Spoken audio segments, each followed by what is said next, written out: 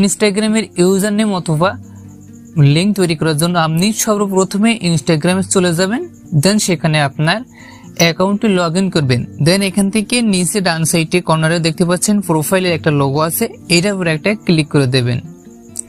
তারপরে এখান থেকে এডিট প্রোফাইল, এটার উপরে একটা ক্লিক করে দেবেন।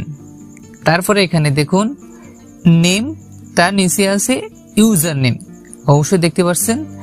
এই ইউজার নেমের উপরে একটা ক্লিক করে দেবেন। দেন এখান থেকে আপনি আপনার ইচ্ছে মতো ইউজার নেম বসিয়ে নেবেন। যদি অ্যাভেলেবল থাকে তাহলে এখানে টিক চিহ্ন উঠবে, আর যদি অ্যাভেলেবল না থাকে তাহলে টিক চিহ্ন উঠবে না। যদি অ্যাভেলেবল না হয় তাহলে আপনি যে কোনো একটা সংখ্যা দিতে পারেন, যেমন 12 অথবা আপনার বার্থডে, এগুলো দিতে পারেন।